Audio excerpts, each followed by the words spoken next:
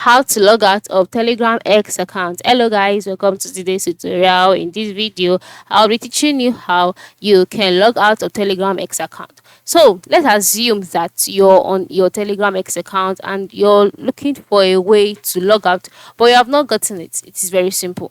The first step is to move to the top left corner on the home page, where you can see three horizontal lines.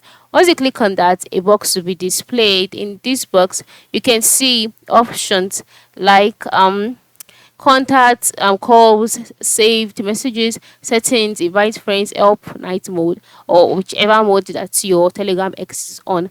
And then once you can see that, click on the settings option. Then once you've done that, on the settings page, you can see different options, right? So move to the top right corner and click on your three vertical lines that you can see there. So after clicking on it, you can see the options displayed, which is log out. So just select it, and then once you've selected it, you will be logged out of your account automatically.